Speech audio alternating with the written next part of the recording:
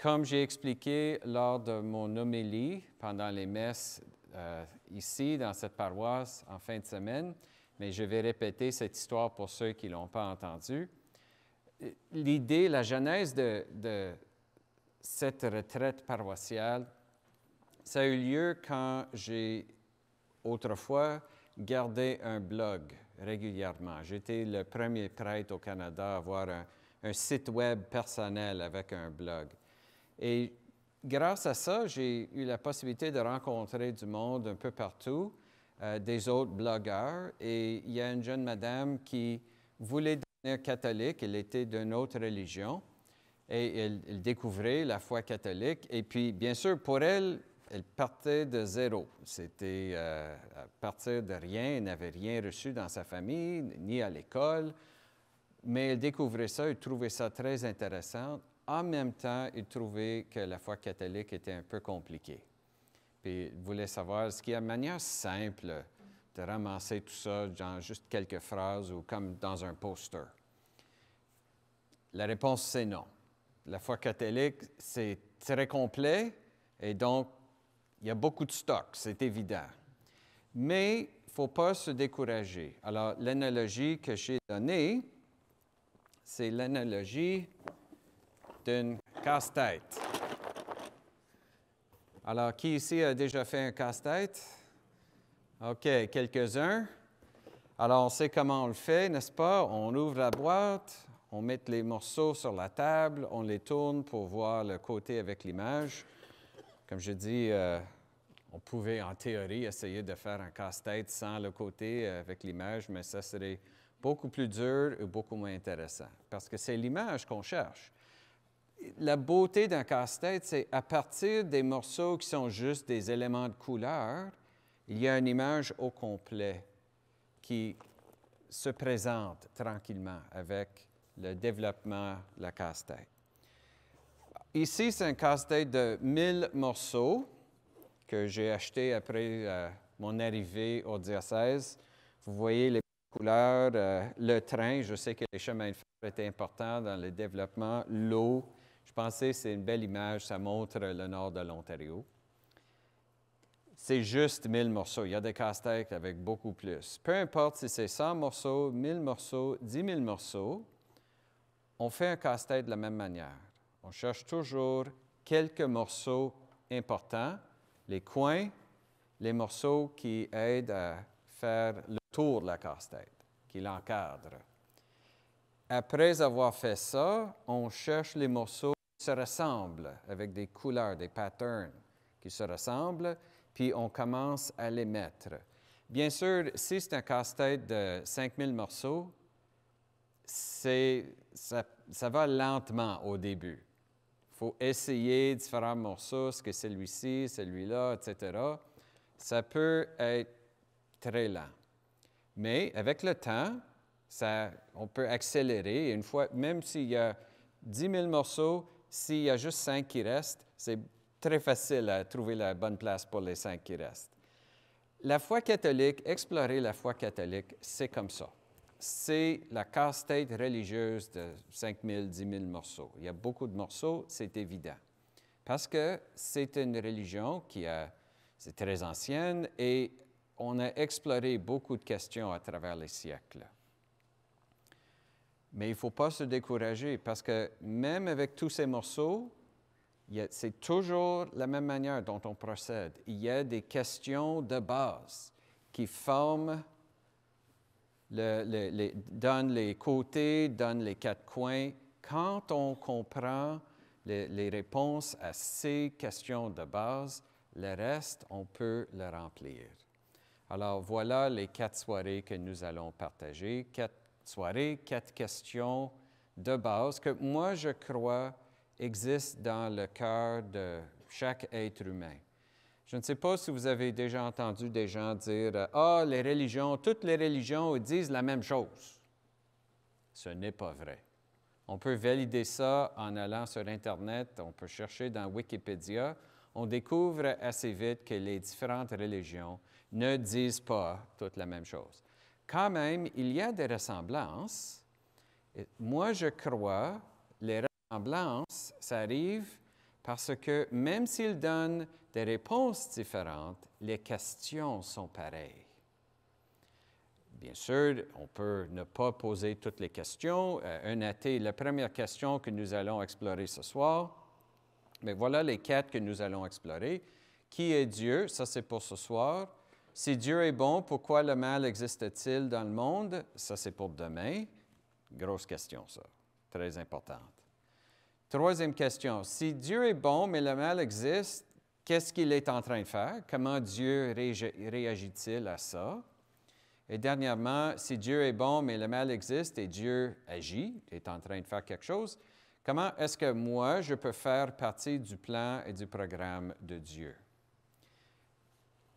Un athée, quelqu'un qui ne croit pas que Dieu existe, bon, n'a pas besoin de passer à travers les 4 questions. On arrête numéro 1. Qui est Dieu? N'existe pas. Pouf, c'est fini. Alors, c'est très simple. Mais pour un croyant, nous sommes obligés d'aller jusqu'au bout. Dans notre foi catholique n'est pas une foi qui va contre l'intelligence. C'est une foi qui stimule l'intelligence. On veut que notre cerveau, pas qu'on l'éteint, « Ah, c'est quelqu'un qui croit, donc il est plus intelligent. » Non, ce n'est pas ça, pantoute. Notre croyance demande un effort, fait un appel à notre intelligence. C'est une des raisons pour lesquelles j'aime tellement la foi catholique, parce qu'on essaie de regarder toutes les grandes questions de la vie avec Dieu qui nous accompagne. Alors, je suis convaincu que si on connaît les réponses de base à ces questions de base, ça nous donne déjà beaucoup pour, après, remplir le reste de la casse-tête. Et le reste, ça peut être un effort de toute une vie. À chaque homélie, on reçoit un autre petit morceau où on trouve le bon endroit pour mettre le morceau. Mais l'enseignement de base, voilà les 4 présentations que moi je vais faire. Mais vous savez, chaque soirée, il y aura un temps de présentation et après, un temps de questions-réponses. Et vous avez tous ici déjà reçu un morceau de papier, n'est-ce pas, je crois, avec un crayon. Alors, vous pouvez écrire une question, 2 questions, utiliser l'autre côté du papier, ce n'est pas grave.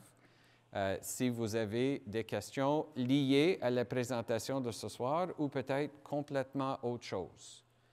L'idée de cette deuxième partie, moi, je ne peux pas vous donner les 5000 morceaux dans 4 soirées. Mais si vous avez des questions, des morceaux de la casse-tête, et depuis peut-être des années, vous posez la question, je mets ça où? Bon, combien de fois est-ce que l'évêque vient dans la paroisse pour faire une présentation? C'est une bonne occasion pour qu'on puisse explorer ça ensemble, et je vous garantis que si vous avez des questions, il y a d'autres personnes dans la salle qui ont les mêmes questions. Et si ce soir, j'ai réussi à répondre à toutes vos questions et vous posez la question, est-ce que je dois revenir demain? Mais revenez demain, mais amenez quelqu'un avec vous. Ou amenez d'autres questions de quelqu'un d'autre avec vous. Ça nous donne la chance de partager la beauté de la foi catholique, de notre foi chrétienne avec d'autres personnes. Alors, voici mon introduction. Pour ce soir, on commence avec question numéro 1. Qui est Dieu? Bon, il y a une réponse courte. C'est une petite phrase. Dieu est une trinité d'amour. Ça, c'est la réponse chrétienne. Ça, c'est une réponse qui distingue la foi chrétienne, la religion chrétienne, de toutes les autres. Le moment où quelqu'un dit « Moi, je crois que Dieu est une trinité d'amour », boum, c'est chrétien. C'est la définition de base de la foi que nous avons sur Dieu. Facile, n'est-ce pas? Non. On sait que le moment où on commence à utiliser un jargon comme Trinité, on est déjà dans la bonne théologie. Mais je vais essayer d'expliquer ça pour que ça soit peut-être pas facile à comprendre, mais au moins un peu compréhensible. Alors, Dieu est une trinité d'amour, la réponse courte. Alors, la prochaine question, comment est-ce qu'on sait cela? C'est bien beau de dire ça, mais d'où vient cette idée que Dieu est une trinité d'amour? Si c'est si exceptionnel, ça vient d'où? Alors, selon notre foi, la foi catholique, il y a deux manières de connaître Dieu, deux manières de connaître quelque chose sur Dieu. Il y a ce qu'on appelle la révélation générale. Générale veut dire c'est accessible à tous. N'importe quelle personne sur la planète, même si la personne ne connaît pas Dieu, elle vient d'une autre religion, quoi que ce soit, c'est une révélation générale donnée à tous. Puis deuxièmement, une révélation spéciale. Alors, pour la révélation générale, le point de départ, c'est la création. C'est le monde autour de nous. Je cite ici Saint Paul dans son épître aux Romains. Il dit, « En effet, ce que l'on peut connaître de Dieu est clair. Depuis la création du monde, on peut voir avec l'intelligence, à travers les œuvres de Dieu, ce qui de lui est invisible, sa puissance éternelle et sa divinité. » En d'autres mots, ça c'est moi maintenant, c'est pas Saint Paul. En d'autres mots, on peut savoir des choses sur Dieu à travers une réflexion sur le monde autour de nous. L'idée ici, c'est Dieu, le créateur de tout, est un artiste. Et on peut, vous savez, on peut connaître des choses sur un artiste juste en étudiant ses œuvres.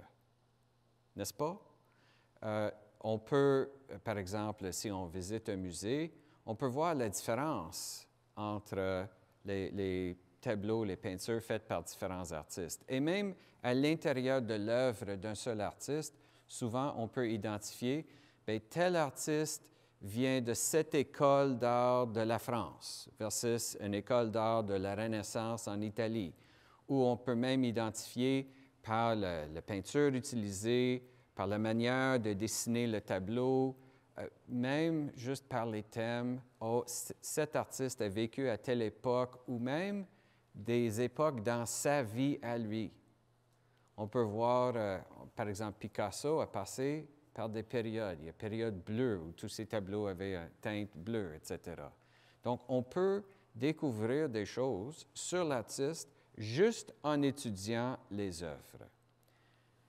Selon notre foi, Dieu est un artiste et l'univers, c'est son œuvre d'art. Ce n'est pas juste sa création, c'est plus que ça. C'est une œuvre d'art.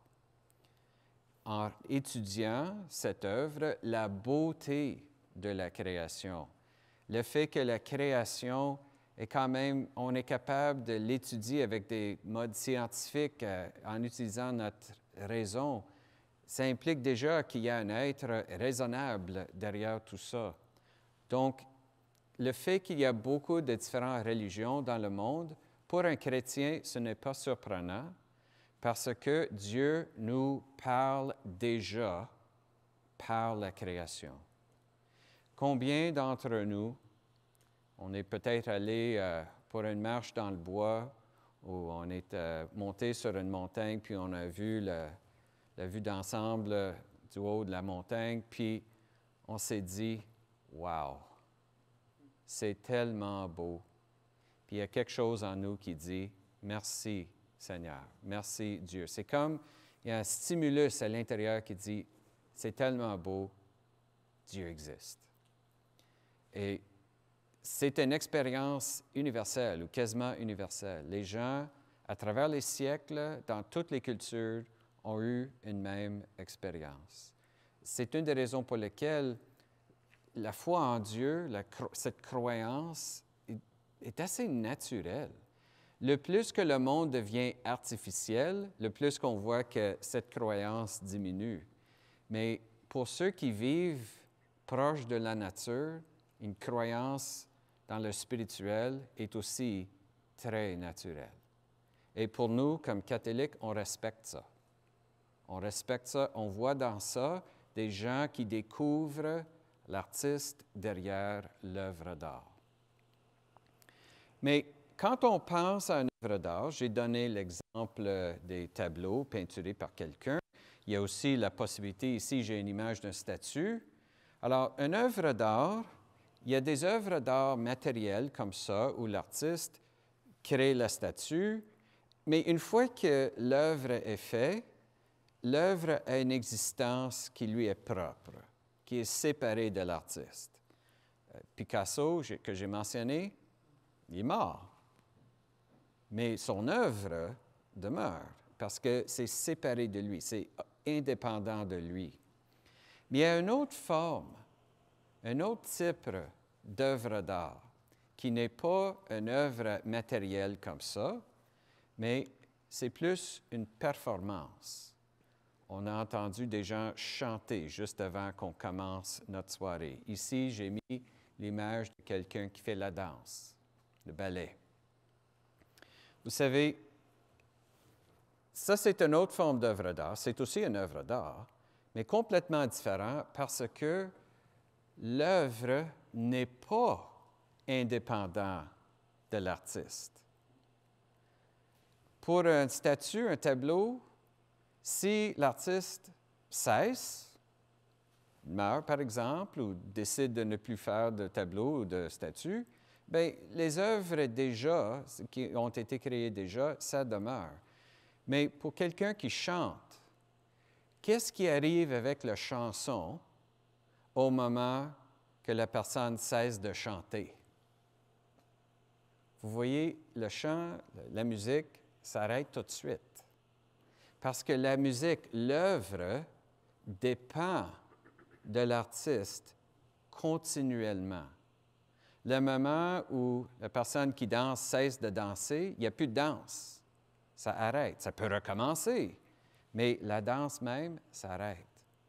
Alors voilà la question. Dieu qui est créateur de tout, est-ce qu'il a créé le monde comme un artiste qui fait un statue? Est-ce que l'univers, c'est un statut qui existe un peu à part de lui? Ou est-ce que Dieu est en train de nous créer maintenant, continuellement? Est-ce que la création, c'est juste quelque chose qu'il a déclenché ou est-ce que c'est quelque chose qu'il fait continuellement?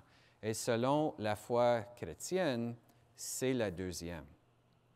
Dieu est en train de nous créer tout le temps. Notre existence dépend de lui. Il est toujours en train de nous partager, de nous donner comme un don de sa bonté cette existence à tout moment. Si Dieu déciderait de ne pas penser à nous, de ne plus créer, on disparaîtrait. Parce que comme la danse ou comme le chant, ça prend l'artiste derrière ça à chaque moment.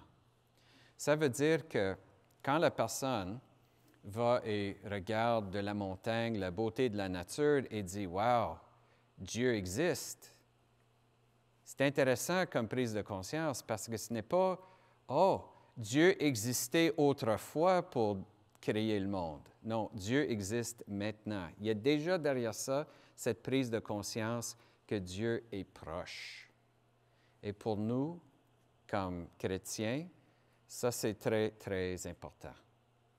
L'idée que Dieu est proche. Proche comme l'artiste est proche du chant. Proche comme l'artiste est proche de la danse. C'est même pas qu'ils sont proches, ils sont unifiés d'une certaine manière. Oui, c'est vrai, un dépend de l'autre, mais on ne peut pas vraiment les séparer. Il y a toujours cette communication d'existence qui est donnée à la création. Et comme j'ai mentionné, pour nous, ça c'est l'origine de la religion en général, pas juste l'origine de la religion chrétienne.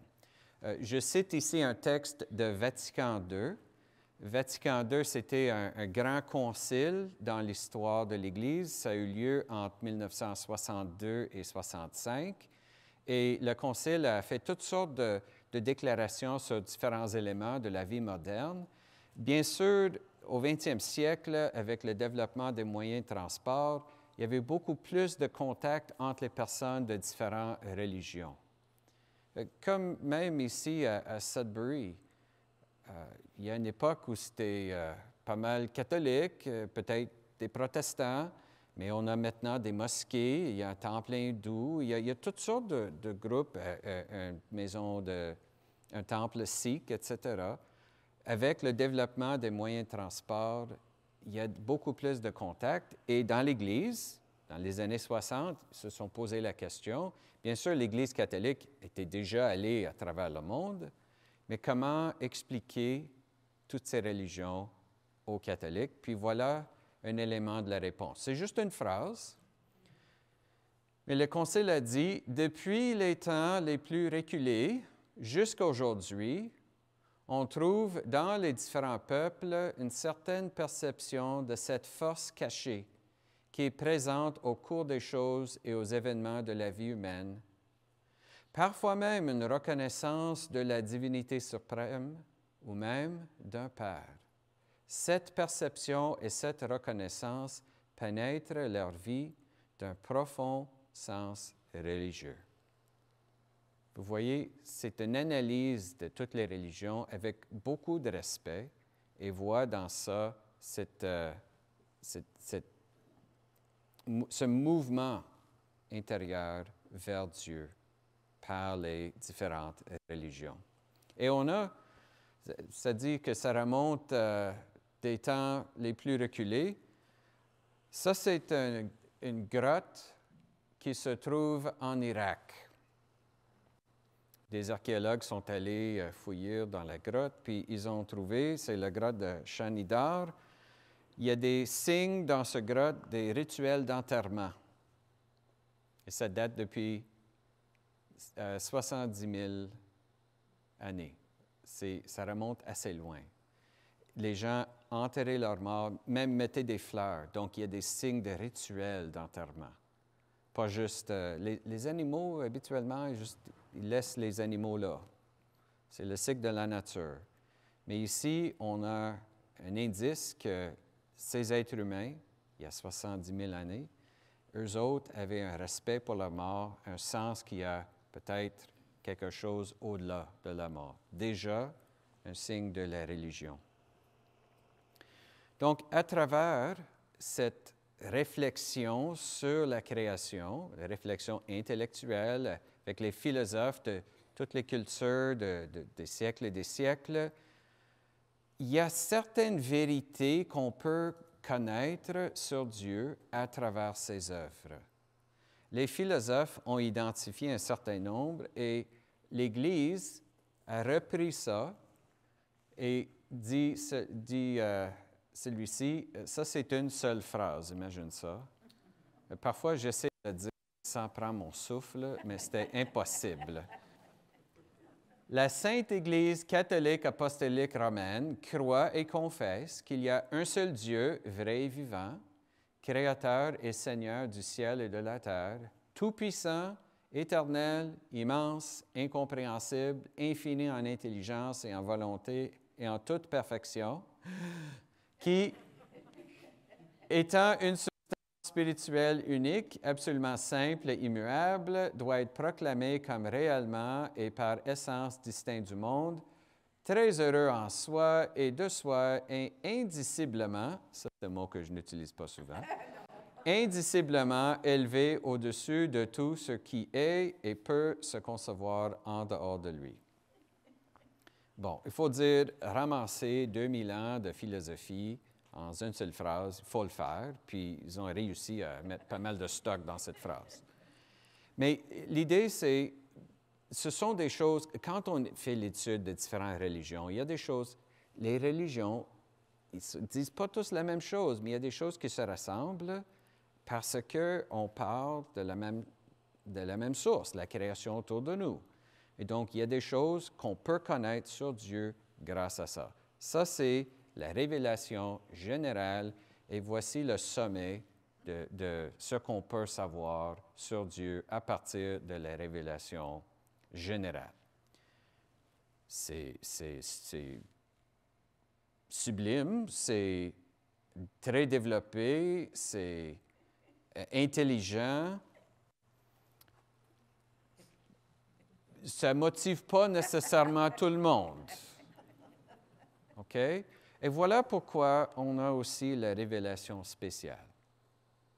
On appelle ça la révélation spéciale. Pour expliquer un peu la différence entre révélation générale et révélation spéciale,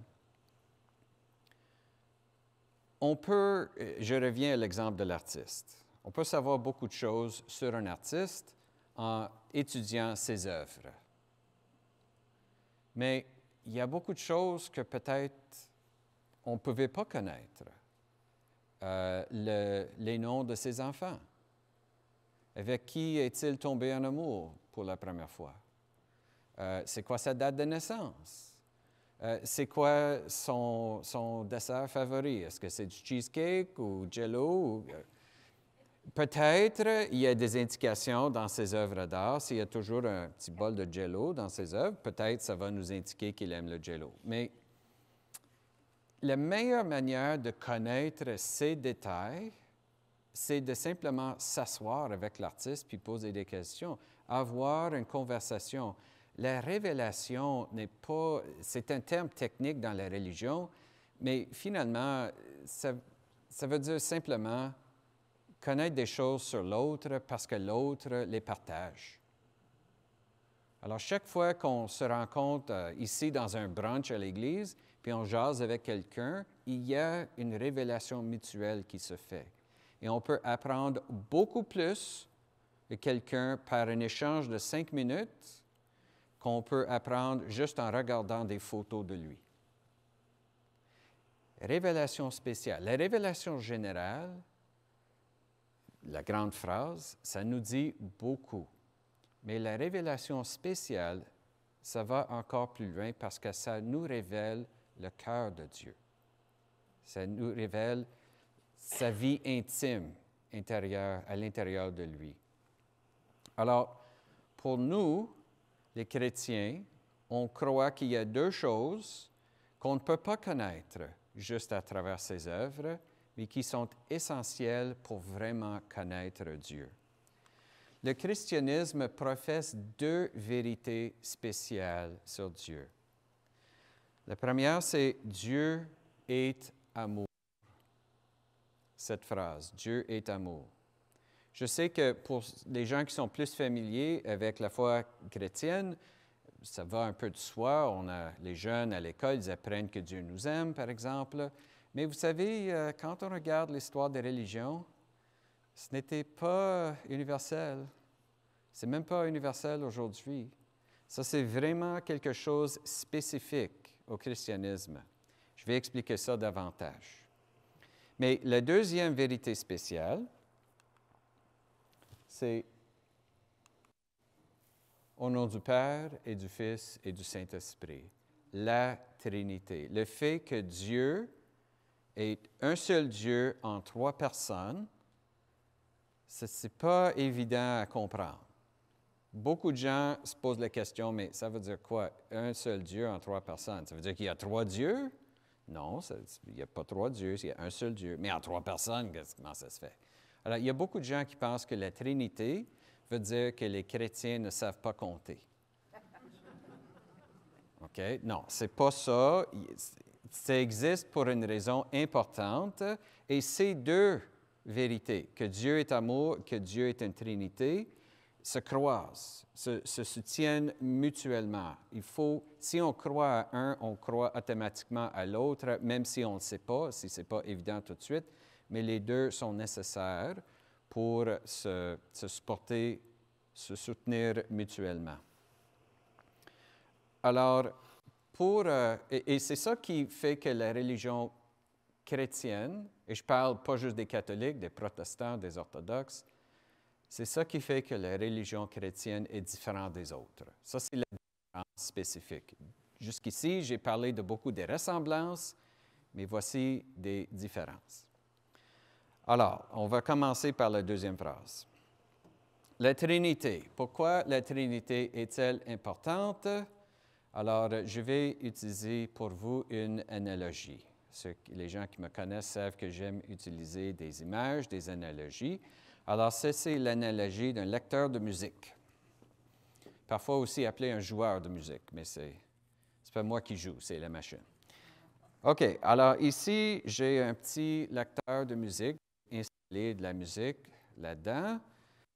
C'est un appareil Sony, alors, et je viens de le charger cet après-midi. Alors, je vais l'ouvrir. OK, parfait. OK, alors je vais peser sur... Alors, vous voyez qu'il y a l'écran est allumé et ça dit Gregorian Chant. On est dans une église, pourquoi pas? Gregorian Chant. Je pensais plus mettre ça que de mettre du heavy metal. Alors, le Kyrie ou le Gloria. OK, le Gloria. Alors, la musique est là. Si je pèse sur Play, ça va jouer la musique. Alors, on comprend. Ça, c'est un lecteur de musique avec de la musique là-dedans, correct? OK, alors je pèse sur Play. Est-ce que vous l'entendez? Non. Non, absolument pas. Parce que pour entendre la musique, ça nous prend des écouteurs.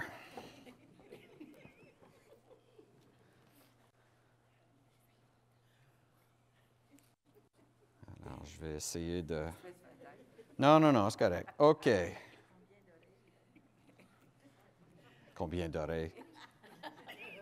Voilà. OK, voici les écouteurs.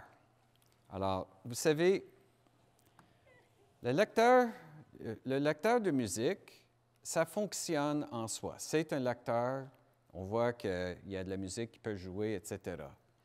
Mais pour faire sortir la musique, pour que ça soit utile pour nous, ça prend une deuxième chose pour que le lecteur puisse avoir une interface avec l'être humain. Donc, on branche les écouteurs et maintenant, si je pèse sur ça et j'augmente le volume,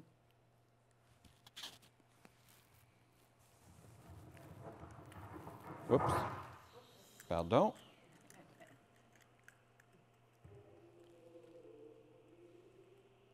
Vous entendez ça? Oui. Parfait.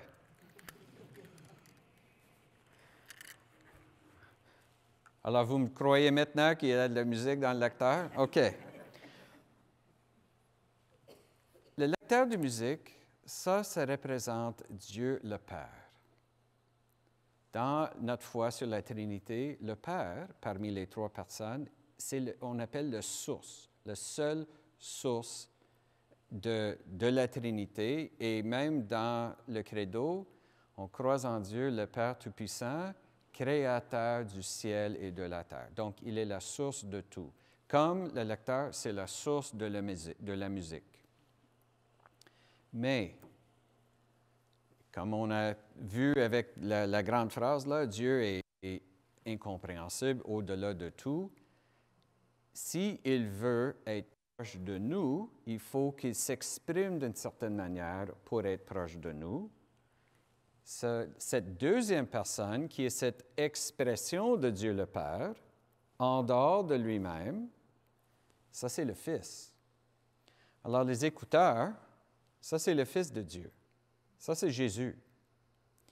Selon notre foi, Jésus possède la nature divine. Il prend son origine de son Père céleste. Il existe. Jésus n'a pas été créé. Il est éternel avec le Père, parce que Dieu est une trinité de toute éternité. Donc, il a la nature divine et il peut être branché sur son Père et ne jamais être débranché. Mais parce qu'il possède aussi une nature humaine, c'est un être humain comme nous, ça veut dire qu'il est adapté à nous mettre en contact avec son Père. Lecteur, le Père. Écouteur, le Fils. Et dans cette analogie, c'est quoi l'Esprit Saint? La musique. La musique qui vient du Père et le Fils, ou du Père par le Fils, et qui, quand je mets les écouteurs, où est la musique? La musique, c'est dans le lecteur. La musique, c'est dans les écouteurs, mais la musique est aussi en moi. Vous voyez, Dieu est Trinité et la conséquence de ça, c'est que Dieu peut se faire proche. Il peut se faire proche, si proche qu'il peut habiter en nous. Il n'est pas le Créateur qui nous voit d'en haut, comme celui qui chante ou qui danse, il est proche de sa création, et encore plus, il peut même habiter dans sa création. Il peut partager sa vie intérieure avec les membres de sa création. Voilà pourquoi, pour les chrétiens, la foi en Jésus est si importante. Ce n'est pas juste croire dans un prophète ou quelqu'un qui avait un bon enseignement. Notre croyance, c'est aussi une relation d'amour. Dieu nous aime et on veut retourner cet amour à lui. Et par notre foi, l'acte de foi qu'on fait, c'est une manière de dire, Dieu, je veux t'avoir dans ma vie. Je veux avoir ta vie en moi et je veux t'avoir dans ma vie. Je veux donner ma vie à toi. L'acte de foi, c'est l'équivalent de mettre les écouteurs. Donc, Dieu parle à tous les gens. Si je mets les écouteurs juste comme ça et je mets le volume sur max, et si on éteint toutes sortes de sons, j'éteins ça parce qu'il y a un petit ventilateur, on éteint tous les appareils électriques parce qu'il y a toujours le buzz électrique. Quand on a une perte de courant, n'est-ce pas, tout à coup, la maison devient très silencieuse. On ne savait même pas qu'il y avait du bruit autour de nous parce qu'on est tellement habitués. Beaucoup de gens, dans beaucoup de religions à travers les siècles, ont cherché Dieu dans le silence parce que Dieu peut, les écouteurs sont toujours en train de jouer, ils peuvent entendre quelque chose par le silence. Mais nous habitons dans un monde bruyant, donc Dieu vient proche de nous et par l'acte de foi en Jésus, son Fils, c'est beaucoup plus facile de recevoir la musique qu'il chante. C'est beaucoup plus facile de recevoir ce qu'il veut nous partager. Alors, la Trinité, c'est pas juste... Parfois, on pense, ah, c'est bien trop compliqué, on n'a pas besoin de tout ça. J'entends des gens parfois dire ça. Mais si on laisse tomber la doctrine de la Trinité, on laisse tomber en même temps cette idée que Dieu aimerait habiter en nous, que nous pouvons devenir vraiment des temples de Dieu d'une manière où on est rempli de son être et de son amour. Et ça, c'est, je dirais, le sens de la vie. C'est ça ce que l'Église propose comme le sens de notre vie, d'être rempli de l'amour de Dieu. Alors, vous voyez comment la Trinité et Dieu est amour, les deux doctrines se croisent, se soutiennent mutuellement. Dieu est amour. Qu'est-ce qui rend cette phrase tellement unique? Ça ne veut pas dire que l'amour est simplement dans la nature de Dieu, que Dieu est capable d'amour. C'est beaucoup plus que ça. Ça ne veut pas dire simplement que Dieu aime. C'est déjà bien si Dieu aime. Mais ce n'est pas juste une action qu'il fait. Ça veut dire que quand on dit Dieu est amour, ça veut dire que c'est la substance même de Dieu. Parfois, les petits-enfants vont poser la question, Dieu, il fait de quoi? Ils pensent, je ne sais pas, ils pensent Dieu est fait d'énergie, Dieu est fait de nuages, Dieu est fait d'autre chose. La substance même de Dieu, Dieu est amour. les trois personnes de la Sainte Trinité, c'est une communion de trois personnes qui s'aiment et qui s'aiment mutuellement pour toute l'éternité. C'est l'amour, c'est l'échange d'amour entre ces trois personnes qui fait que Dieu peut être une trinité, mais aussi une unité en même temps. Parce que c'est ça que fait l'amour, n'est-ce pas?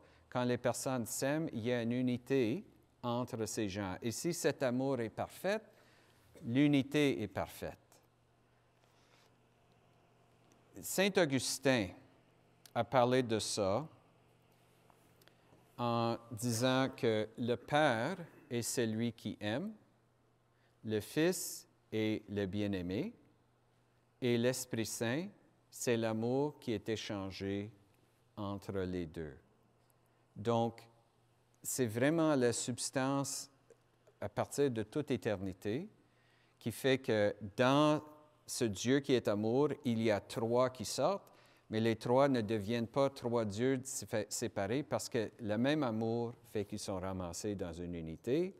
Et parce que cet amour peut être partagé, Dieu crée l'univers, nous crée et nous crée continuellement parce qu'il veut partager son être, son amour avec nous.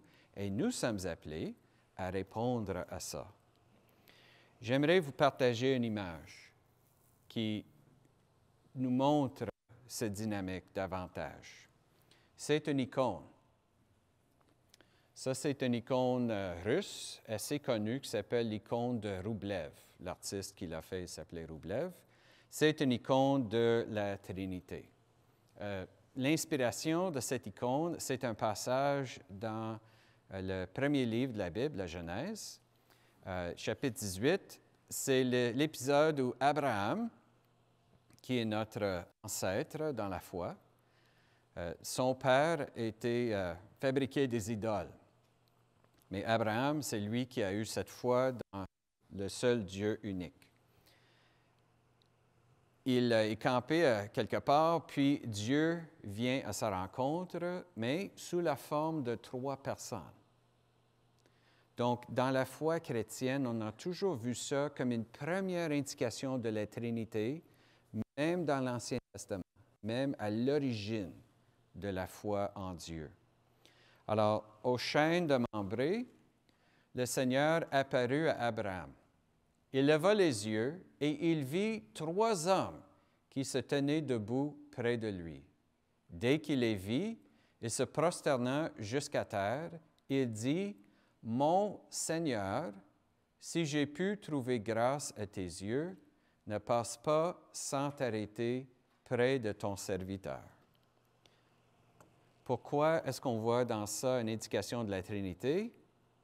Parce qu'il y a trois personnes, mais Abraham les adresse avec le singulier.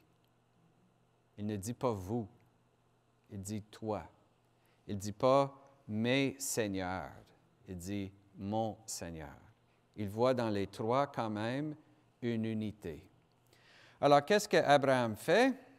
Bon, si on connaît des gens qui viennent du Proche-Orient et quelqu'un vient visiter, que faut-il faire? On offre de la nourriture, on fait un repas. L'hospitalité est très importante. Alors, Abraham court, il va voir sa femme, dit « Hey, il faut trouver quelque chose », puis il prépare un repas pour accueillir ces trois. Bien, Dieu sous forme de trois personnes. Alors, voilà pourquoi les trois personnes sont assises autour d'une table avec le repas au centre. Dans cette image, Roublev s'est inspiré de cette histoire pour peinturer la Trinité. Alors, on peut voir le Père, le Fils et l'Esprit dans cette image. Ici à gauche, ça c'est le Père. Alors, comment est-ce qu'on sait que c'est le Père? N'oublions pas que si Dieu se fait proche par le Fils, ça veut dire que le Père est toujours un peu plus distant, un peu plus éloigné, parce qu'on passe par le Fils pour arriver au Père. Donc, lui, son vêtement, c'est comme transparent. Il y a un peu de bleu en dessous. Le bleu, c'est la couleur du ciel, donc c'est le symbole en couleur de Dieu. Les deux autres regardent le premier, mais avec des têtes penchées, en signe de respect. Donc, lui, il n'a pas la tête penchée. Il regarde les autres directement parce que le Père est la source des deux autres personnes de la Trinité. Alors, celui à gauche, ça c'est le Père. Au centre, ça c'est le Fils. Comment est-ce qu'on sait que c'est le Fils? Bon, il porte une robe bleue, mais bleue qui apparaît facilement. Il révèle le ciel. C'est lui qui révèle cette identité divine. Mais il porte aussi un vêtement brun. Le brun, c'est la couleur de la terre. Ça, c'est les deux natures. Nature divine, nature humaine de Jésus. Il a aussi cette partie en or, en jaune. Ça, c'est la couleur royale qui indique que c'est le Messie. Et une autre petite indication, si vous êtes assis en arrière, ce n'est pas facile à voir, mais sa main est sur la table, puis il a ses deux doigts comme ça sur la table. Ça, c'est une indication artistique qui veut dire nature divine, nature humaine. Alors, ça, c'est aussi une indication que c'est Jésus, c'est le Fils de Dieu éternel. Bon, la troisième, ça, c'est le Saint-Esprit. Comment est-ce qu'on sait que c'est le Saint-Esprit? Bien, processus d'élimination, j'imagine, mais en même temps, le vêtement qu'il porte, c'est vert. Et un des titres du Saint-Esprit, c'est celui qui donne la vie. Et la couleur symbolique de la vie, c'est le vert, parce que les plantes sont vertes habituellement. Bon, dans le nord, ça devient jaune, rouge peut-être, les feuilles, mais il vient d'un pays où généralement c'était vert. Alors voilà, le Père, le Fils et le Saint-Esprit qui sont en relation les uns avec les autres, en relation par le regard. Et bien sûr, quand on est assis autour d'une table, on jase, n'est-ce pas? Il y a un échange qui se fait régulièrement. C'est pourquoi le symbole du repas partagé, c'est tellement puissant pour comprendre la Sainte Trinité. Mais le génie de Roudlev, c'est qu'il y a une quatrième place à la table. Alors, qui est à la quatrième place? C'est la personne qui contemple l'icône. Voici la quatrième place. Donc, Dieu est une Trinité. Il est complet en lui-même. Il n'a pas besoin de sa création. Pourquoi est-ce qu'il crée? Pourquoi est-ce qu'un artiste crée quelque chose? Par amour de son œuvre, n'est-ce pas? Parce qu'il aime. Pourquoi est-ce que les enfants vont faire des dessins? Parce qu'ils aiment dessiner. Et parfois, ils vont donner le dessin en cadeau parce qu'ils aiment la personne à laquelle ils donnent le dessin. Alors, c'est aussi simple que ça. Pourquoi est-ce que Dieu crée? Parce qu'il aime créer. Et il aime sa création. Il veut partager sa création. Et quand l'enfant nous donne l'image faite en crayon, ce n'est pas juste une image. L'enfant se donne. L'enfant partage son amour, partage son effort, essaie de nous communiquer quelque chose. Même chose avec Dieu. Dieu crée, il nous crée, il veut partager ce qu'il est avec nous. Et la Sainte Trinité, donc, n'est pas une Trinité enfermée. C'est une Trinité ouverte. Nous sommes invités à partager la vie divine. Nous sommes invités à entrer dans le discours éternel qui se fait, le discours d'amour éternel qui se fait entre le Père, le Fils et le Saint-Esprit. L'icône ici, pour moi, ça représente le ciel. Le ciel n'est pas une place, ce n'est pas une place géographique, c'est une expérience de cette relation d'amour éternel entre le Père, le Fils et le Saint-Esprit. Et je ne sais pas si vous avez eu cette expérience, peut-être quand vous étiez plus jeune, vous étiez assis à table avec les adultes et peut-être il y avait des pensées, oh, peut-être je vais jouer avec mes amis. Ben non, je veux être assis avec les adultes. Alors, on est assis avec les adultes, puis on ne comprend rien de leur discussion, mais on veut être là, puis on a notre opinion, puis on veut le partager. Je pense que tout le monde ici, on connaît au moins un enfant qui est comme ça, n'est-ce pas? Bien, c'est un peu comme ça avec Dieu. Il n'y a rien qui dit qu'on va tout comprendre de ce dialogue éternel entre le Père, le Fils et le Saint-Esprit, mais quand même, au lieu d'être un enfant chassé de la table, va jouer avec tes amis, on est invité, on est accueilli par Dieu à entrer dans cet échange. Voilà le ciel. Moi, j'adore cette icône. Ça me parle beaucoup. Je la partage avec vous, pas simplement parce que c'est de la bonne théologie, mais parce que c'est ma manière de prier. Ça, c'est l'icône de Wrublev. Ça, c'est l'icône que j'ai eue en cadeau quand j'étais ordonné prêtre. Et je prie avec ça chaque matin. C'est ma contemplation. Quand je me lève le matin, il y a des gens, je sais, ils se lèvent le matin, puis ils sautent du lit, puis ils sont prêts à conquérir le monde. Ce n'est pas moi.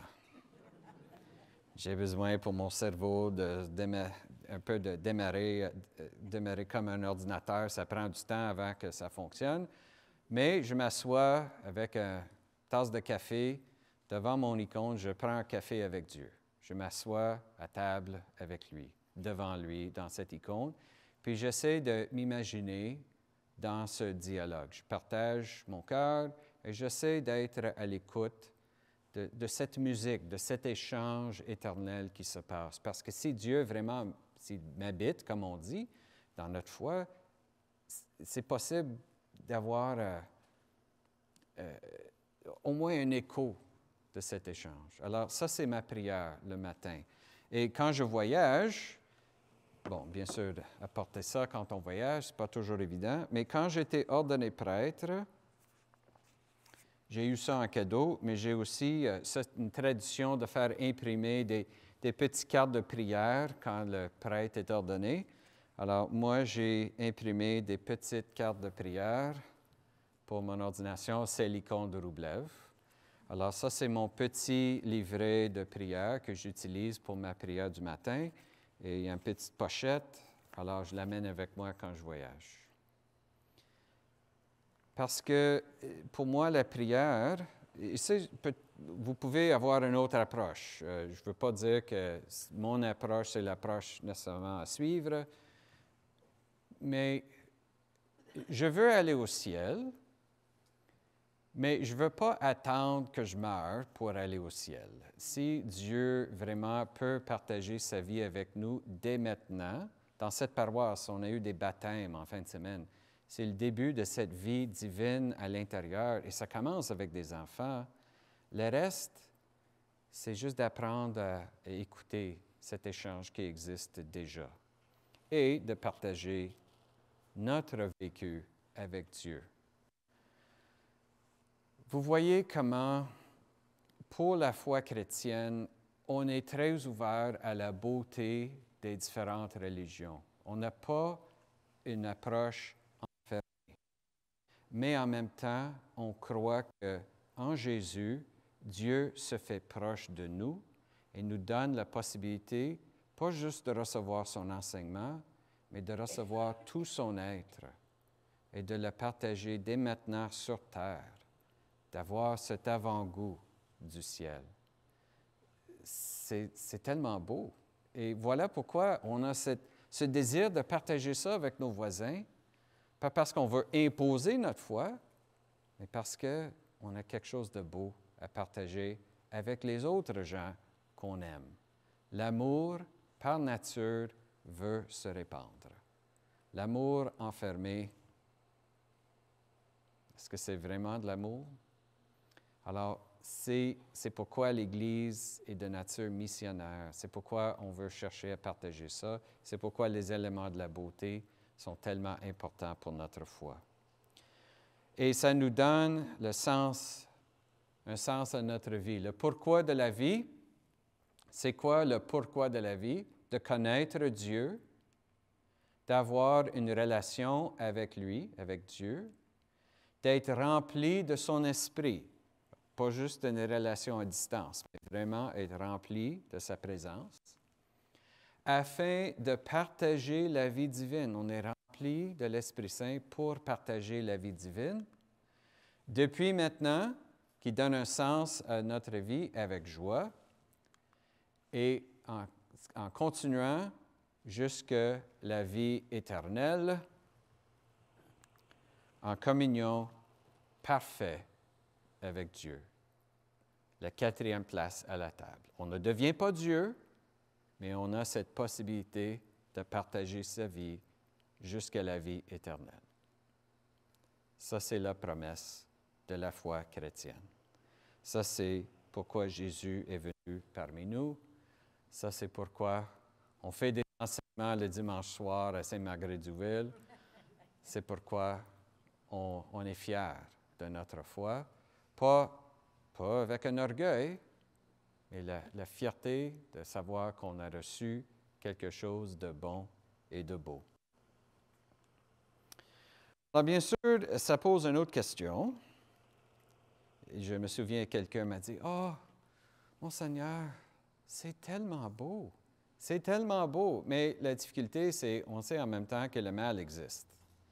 Alors, comment est-ce qu'on peut réconcilier ce plan de Dieu qui est si extraordinaire avec le fait qu'il y a le mal et la souffrance? Bien, pour répondre à ça, il faut revenir demain soir.